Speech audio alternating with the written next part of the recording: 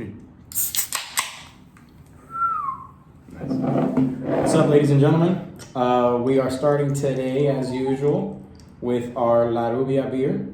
Not as usual, but, with a new beer. This is La Rubia from Winwood Brewing, a local Miami brewery. Got my 2 inches. Look at that, bro. I got some matching Winwood glasses. Boom, Winwood. And for tonight's game, I also got the Heat one. Oh, cheers, sir. Cheers, bro. And welcome to our Pick'ems episode. For week 2. So, briefly about the beer. La Rubia is a blonde ale. For those of you who don't speak Spanish, La Rubia literally means the blonde. It's a blonde beer, I believe 5%. Yep, 5% alcohol. Very light-bodied. Something similar to like a Pilsner or a lager. And it's pretty good. It's really easy drinking and not too heavy on alcohol. You can find it anywhere. Publix, Winn-Dixie, In Miami. Anywhere. Yeah. Anywhere. You turn the corner on the street, you might even see it. I literally saw a bottle on the street the other day. Yeah, you can see the flower guy selling them with una rubia. Anyways, all right, guys. All right, so let's get this week started. So we're gonna go through our pick'ems. So let's go. Game 1 of tonight, Thursday night game, is going to be the Bengals versus the Browns. Don't forget I'm up 1. He is up 1. As he said, Bengals versus Browns. Last episode, he said that the Battle of Ohio. So who you got there? I know you're a Bengals fan, so I'm gonna assume you're gonna pick the Bengals, but that you're also a realist. I am a realist, so in this game, I expect Baker Mayfield to bounce back. Because if he doesn't, oh my gosh, I think Odell can blow him out. Odell's gonna be like, why am we here with a horrible quarterback? I don't know what's gonna happen. Baker has a lot of pressure this year. Joe Thomas has called them out already, saying that this game is has more pressure in it than the first game. Because of all this, Browns have a better team. I think Joe Burrow shows a good game again, but I'm going Browns. I'm going to agree. I'm going to pick the Browns as well. For a lot of the same reasons Mike said. They have a really good offensive team, man. Like, straight up. They got a lot of weapons. They have 2 stud running backs, 2 stud tight ends, even though Njoku went down. One of the best receiving cores in the game, 2 huge big play receivers. Bro, they fixed the O-line. They have a decent defense. They have a great defensive line. They got too much talent on that team to not do what they're doing. And it is a make-or-break season for Baker Mayfield, because if he doesn't do anything this season, his career in the NFL is done. He's done. There's no excuses anymore. They fixed the O-line for you. You have all the weapons in the world. You got to start making passes. And then they'll be in the running for Trevor Lawrence, as will the Jets. And if he comes in with those weapons, he's going to mollywop people. Anyways, so let's go to the next one. Giants-Bears. You can go first. I'm going to go with the Bears.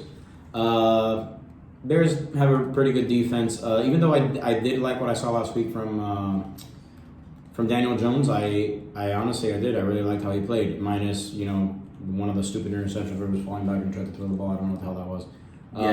But I did think he did well. I also got the Bears in this game. Perfect. Falcons, Cowboys. This is a good one. I got. Who you got? You can go. Sorry. I'm going to go with the Falcons. All right. And here I was putting you already going Cowboys.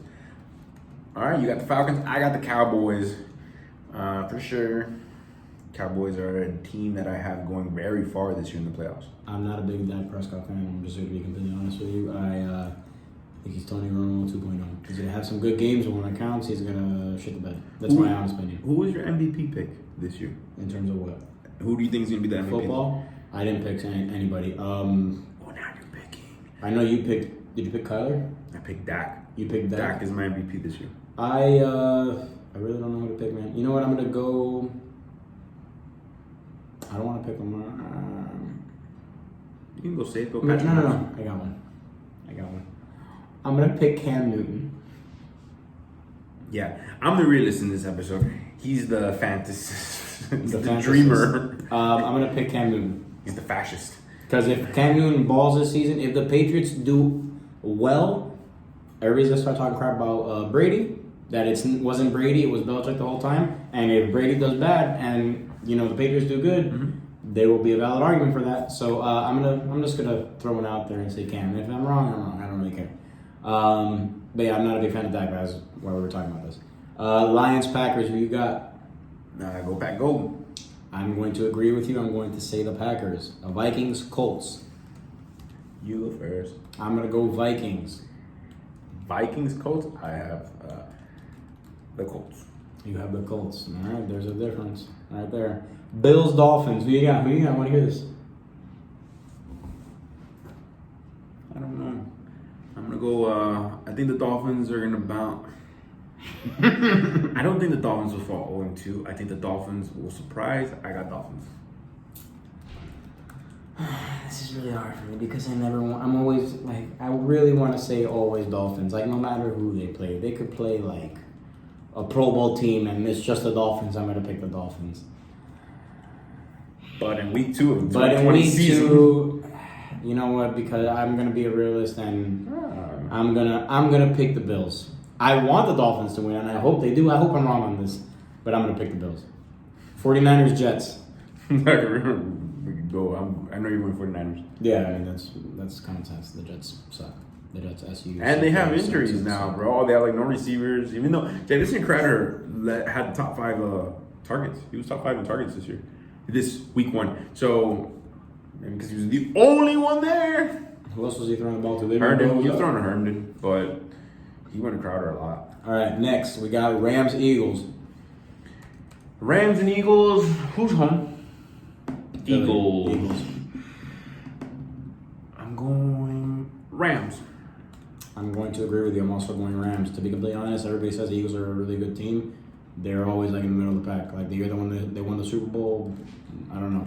I mean, they did well that year, but they're always in the middle. They're never like a 12-win team. 10. They're like 8-8, make the playoffs, win the division. But I'm gonna say Rams. And it always takes them a while for them to like build up a win streak. They don't start off strong. Broncos, Steelers. I'm going Steelers. I'm also going to go Steelers. Ben is back. I mean, he did well last game. Juju actually had someone throwing him the ball and was not injured. Last year he had injury issues. Benny Snell Jr. Congratulations, Marco. Benny Snell Jr. I think he's a stud. He was mentioning it last week and should have listened. I should have picked him up before the freaking auction came in. How much money did you spend on him in the auction? I think I put like $15. Not bad. But yeah, I'm gonna say Benny Snell Jr. has a good game if he doesn't start. I mean, if he does start, I project he will. I think James Conner's going to be out, but we don't know. It's possible he plays on Sunday, but based on what I'm saying, if James Conner does not play, I'm going to say he's going to have a good game. But regardless, I'm still picking the Steelers, even if Conner does start. All right, I got the Steelers. Panthers, Buccaneers, go. Panthers and Bucks. Who do I have here? I'm going to go with the Bucks. I'm also going to go with the Bucks because Tom Brady, I think, has a bounce back game. He better. I'm playing him, so. Jaguars, Titans. The Jags and the Titans. I got the Titans. I'm going to take the Titans as well. The Jaguars' week 1 win was a happy accident. So we both got Titans. All right, awesome. We both got Titans. We're agreeing on a lot of these things. Yeah, so we're gonna agree on the next one. Mm-hmm. The Washington football team versus the Arizona Cardinals. I got my boy Kyler Murray. I agree. I got your boy Kyler Murray. Here's a good one. Ravens, Texans. Ravens and Texans. You already know what I'm thinking. I'm going Baltimore. That's right. Lamar Jackson. FT Dubs for the win. Lamar. Chiefs, Chargers. Chiefs. I agree. Patriots, Seahawks. That's the Sunday night or Monday night game? That is the Sunday night game. Ooh, it's a good game. In Seattle? In Seattle. Ooh, better game. I'm going to go Seattle. Because I'm sticking to Cam for the MVP, I'm going to say the Patriots. They are going to surprise people. I'm telling you. A lot of people were saying that, like, oh, Cam didn't throw that many yards. Obviously, they don't have the greatest receivers on the planet. Julian Edelman's solid, but outside of Julian Edelman and N'Keal Harry, who's a sophomore, we don't know what he's going to be about. They don't have anything. However, the Dolphins spent a lot of money in the secondary this year. Yeah. Like, people don't take that into account. They have a decent secondary. So it could also have been that the Dolphins secondary was good, which they spent a lot of money in the secondary, which is why they ran the ball down their throats, because they could have passed the ball down their throats. This is true. So I think he's going to have. I'm going to give him 2 touchdowns this week. I think the Patriots pull off the upset. And also because, bro, I always want them to lose, and they tend to never do. So even without Tom Brady, it's freaking ridiculous. Saints Raiders Monday night game. Who you got? Saints Raiders in the new black hole, which Yeah. is they call it they have a cool nickname for it, like the space hole or something like that. Yeah, sure. Space The Death Star, the Death something. Death Zone. Whatever. Go ahead. I'm going to go with the Saints. Saints. So listen, this year is going to be weird. I think just because of the lack of fans, right? A lot of stadiums aren't going to have fans. I don't know if Vegas is allowing fans, but I don't think it's going to play that big a factor in the season because of the limitations. So because of that, even though Raiders do have a home game, I am also going to say Saints. I do think it's going to be a close game, though. I think the Raiders are going to surprise everybody. They had a close game last week, and they put a lot of points on the board. I think they're going to be a good team this season. So I'm going to give it to the Saints, but I think the Raiders will be in, and I expect like a one touchdown difference. So our only games that are different are the Cowboys and Falcons. You have the Falcons, I have the Cowboys. The Vikings and Colts. You have, I know we're different there. I have the Vikings. Got the Colts. Yeah, I have the Colts. And then it's the Dolphins and the Bills. Dolphins, Bills, and Patriots, and Seahawks. So 4 games you can. Maybe we tie. I don't know. So there's 4 games. I'm up by 1 right now. I think is the winner what? The winner gets 6-pack cape and a high five, and the loser, I don't know. You guys have to tell us what you guys want the losers to get. I don't know. Now, since we're still on the subject of football, we're also going to talk fantasy now. So our fantasy game of the week is the Talamus Bowl. We have Marcus Talamus, the once, previous person in our league left because he went on a hiatus for God knows what reason. He said, Mike, I don't like Mike for whatever reason. And then he came back. And then Christopher Talamus, the older brother, going against each other. They both put up a lot of points last week. They really did. Yeah. Chris was number 1 in scoring, beat me by 2 points. The younger one got mad when I needed an open spot. I had an open spot, and I asked the older brother to actually come in. And then the younger one was like, hey, bro, how do you have my bro in? And not me. I was like, well, You should have never left you in the left first the league, place, bro. bucko. Anyways, besides the point. Who you got winning this one? Bro, they're pretty much tied. Marcus. Oh, and their projections are 119, 118. So they're like... Yeah, they're right there. Marcus has a good setup when he has Devontae Adams, DeAndre Hopkins, and Aaron Rodgers. He gets the bonus right there with the Packers team. I just think Wuhan, I'm just going to say Texas because I don't know why I'm saying Chinese stuff. I think they have a little more complete team, bro. Josh Allen, Josh Jacobs, Todd Gurley, boom, boom, boom, Julio Jones, Juju Smith. It's a JJ team. I'm also going to agree. We're not doing this as a pick. God damn, bro. But I think Chris has a more complete team. But Marcus, the Aaron Rodgers, Devontae Adams, and Marcus has the best receivers. The best 2 receivers in the game. Straight up. He has Devontae Adams and DeAndre Hopkins. But look at his running backs, bro. His running backs, James Conner, which we don't know what's going to happen. Kareem Hunt, yeah. No. So that is where his weakness is. He has Peyton Barber that he just picked up off waivers, but we don't know what he's going to do. But he did lead the team in touches. But as it stands now, I'm gonna go with the Wuhan Bats. I do think Kareem Hunt's good at ball today, though. I actually think he's going to outscore. So look, Chubb. You said Marcus has a better wide receivers. Yeah. But then when you look at the receivers, No, full team. I think Chris has a better team. Chris has Julio Jones, 7th in the league right now, and Juju, who's also 7th in the league. Both put up 24 points. Okay, what are Devontae The flex. and DeAndre? No, they're better. 1 and 4, but Okay. it's not like he I was has just asking. Jarvis Landry and Jamison Crowder. He has top 10 receivers. No, he also, DK Metcalf, ranked number 12. So that's a complete team, man. So, No, Chris has a very good team. Marcus has a good team. He does need more running. Marcus has stars. He just doesn't have role players. He might have to. He has that Browns defense today starting against the Bengals. So let's see how they do. Okay, let's see. But Marcus might in the future need to make a move, which doesn't sound good, but it might require him to move one of those receivers for at least 2 depth pieces. I don't know. We'll see what happens. It's going to be hard to move one of your star players when that's all you have, and you know that's all you have. Talent Brothers. All right, perfect. So now that we're selling football, before we go to our last piece of the show, we're going to talk about one of our fans sent us a request. Fan mail. We had Real fan time. from a man by the name of Samuel Pirano. I thought we weren't supposed to mention the names of the fans. Fuck. Anyways. His name is Madagascar Reyes. Why so Madagascar? I don't know, that's the first thing that came to my mind. That's the first thing that came to my mind. Anyways, so he who must not be named has a question. In his job. Who do you start, Malcolm Brown or DJ Moore? So let's go real quick into the. No, Marquise Brown. I always say Malcolm Brown. Because you put an M Brown on your phone. On your computer. I know, but I always say it Brown. drives me crazy. Marquise Brown. I'm off the rip. Gonna say Marquise Brown just because I like the Ravens a lot.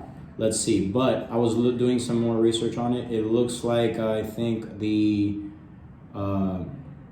what's it called? The Panthers are going up against the second ranked defense. Obviously, it's week 1, so that can change. They can easily get lit up on offense by their cornerbacks. But as it stands right now, they are the second best defense against receivers.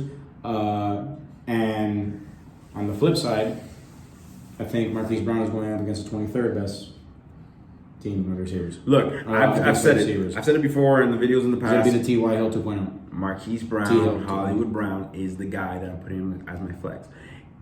I'm assuming this is for your flex position, Mr. Madagascar. So I'd go with Marquise Brown here on your flex. Just start him, bro. Just start him. Leave him there. He is the ultimate flex. He can give you 25 points, 30 points one day. Maybe one day he's going to give you 10. But whatever. Put him, and don't ask this question anymore. Marquise Brown. Done deal. Actually, you should probably put him every week over DJ Moore, if I'm being completely honest. Yeah, man. Marquise Brown, I think, is going to be a stud this year. Straight up. All right, so that's it for football. Now we're going to go to basketball. Let's finish the beer. Let's keep drinking. Finish the beer. All right, so look, but before we do turn the page, I did want to mention something. I did mention last episode where the Malcolm Brown would go for 50 in our auction, in our fantasy that we're in. He went for 61. He went for 61. I saw a couple people put 50, 50, 50. Guys, if I'm telling you it's 50, don't be putting 50 unless you happen to be first on the waiver tie, which that's fine. Protest. Put $1. Put 51. Like he put 16. I put 21 on one, put 21 on one offer. Just $1 more. A lot of people are gonna go flat. Just go with that extra 1 or 2. So Malcolm Brown, we did the over under on that. I said he would go. I asked if he'd go over under the 50. I don't remember what I said. I think I went under. I think I said under, right? I don't remember, but we did say over under. It was a good amount. It was at 61. Malcolm Brown, don't forget, is part of a committee. Week 2 will show us legit if he was worth that 61. If he was, the other big pickup I think of the week was Marco with Benny Snell. He got Benny Snell Jr. Depending on how injured James Conner is, obviously he's going to play a big role. But I think at some point, I was watching the game. Even when Conner was still playing, he was not as explosive as Benny Snell. Not even close. You can tell Benny Snell was in the game because he was making a difference. I love Benny Snell. I think by season's end, he may end up being the starting running back. If I really do. He's just a little undersized. He's skinny, so he's more of a fast back. But I don't think he's a great pass catcher because he put Samuels in for the pass catching. But he's kind of like CJ 2K. That's kind of what he reminds me of. He's that quick and shifty. I love Benny Snell. I think that was another really good pickup. Marco, good job. And you know what? Good pickups by the Las Vegas organization. Usually a team that is, as I call small ball teams, that they don't really spend a lot. They don't really make a lot. They make moves, but they're not going to be flashy moves. They're in the background.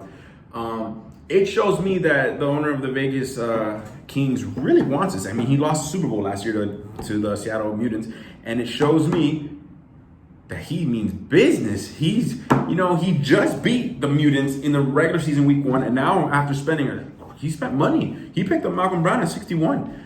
I think there's $139 left. Yeah, he wants to run the table this year. That's good. I like it. All right, we can turn the page down. So now we're going to be talking about the game 2 of the Eastern Conference Finals. But before we continue with that, let us talk about the magnificent block that ended game 1. Bro. The guy's hand, it was his left hand. He almost broke his wrist.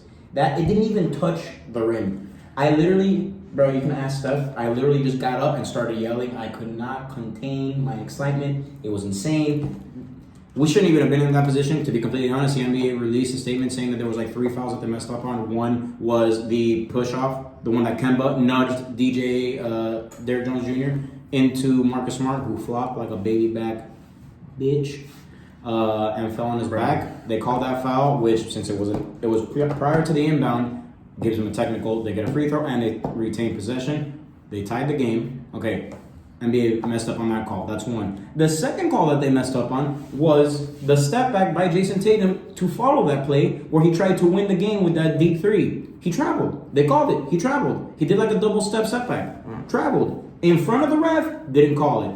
Another one. And then later on, I believe in overtime, there was a foul that was missed on Goran Dragic. I think Jason Tatum like undercut him and hit him in the leg. Yeah. That is the third foul that they missed. I understand that we are Heat fans. I also understand that we may be biased when it comes to them. However, bro, this entire playoffs, man, they've been like screwing us with like stupid calls. Stupid calls. I picked the Heat to win in 6, not just because I'm a fan. Well, that's a big reason. But because I do think we match up very well. I think the difference that we have is we have more depth. That is the only difference. They had more experience as a whole because they've been to the playoffs. That same team has been to the playoffs for the past like 4 years. This is, I think, their third Eastern Conference Finals or something. In 4 years. In 4 years. Granted, they had Kyrie the first 2. Yeah, but I know they didn't have him the one. Remember? You're right. He was in the one. And they played better without him. But I think it's going to be. I don't think any game is going to be above 10 points difference. And even if it's a 10-point difference, it's not going to feel like a 10-point difference. It's going to feel like a 3-4 point difference. I'm picking the Heat to win 6. I'm saying we win this one. I'm gonna say it's gonna be 2-1-1-1-1. Yeah. This is a funny. Good job, man. This game going into today, I think we're gonna dominate. I think we're gonna win by 10 points this game. I think this is a game that Jimmy Butler is like, guys, we really need this one. Let's go. He does his thing, and he rallies the troops. And I think we win by 10. Wow. Boston's gonna come out hot in the beginning. They always do. They come out really good. The Heat. Last game was a game of runs. We literally alternated quarters. Yeah, 1, 2, 3, 4 is literally how the quarters went. The Heat usually start off a little slow. I wouldn't be surprised if we're down by 4 or 5 in the first quarter, but I still think we're going to win game 2 by 10 points or more. And we're going to get it. We're going to get game 2 in Boston. I want to add one more thing. Tyler Hero, I'm going to give you a lot of praise right now. He's my favorite player on the team. I love watching him play. He is so smooth in basketball. I do have one tip, even though I know that it's obviously based on what Spo runs with the offense. I think he needs the ball in his hands more at the end of the game because he is one of our better offensive weapons. Mm-hmm. And I also think he needs to take every open shot that he has. In the sense, obviously, if someone has a better open shot, great. But there's a lot of times where he comes off the pick and roll where they drop off and both defenders pick up the roll guy, and he has like an easy mid-range jumper. And instead of taking that shot, which he'll make probably 8 to 9 times out of 10, he either drives it in or kicks it out. That shot, you're open, you take it. Obviously, he's not watching, but if he did, you never know, bro. I mean, we have a robot in Arkansas, so maybe we have a guy in Orlando. Good job, Spo, by the way. Good job. I never gave you enough credit. Good job. You're the shit. You're the poop. Wait. I gotta chug my beer because Mike drinks like a man. That beer, drink the beer, bro. I don't know, man. So, guys, once again, this was our pick'ems. This is what we think is going to happen. Our game of the week. Gives me the hiccups are gassy. Our game of the week. We spoke Heat. We got the Heat winning today. He has them by a couple points. I have them by 10. And I think it's a good time to say goodbye. Was that weird?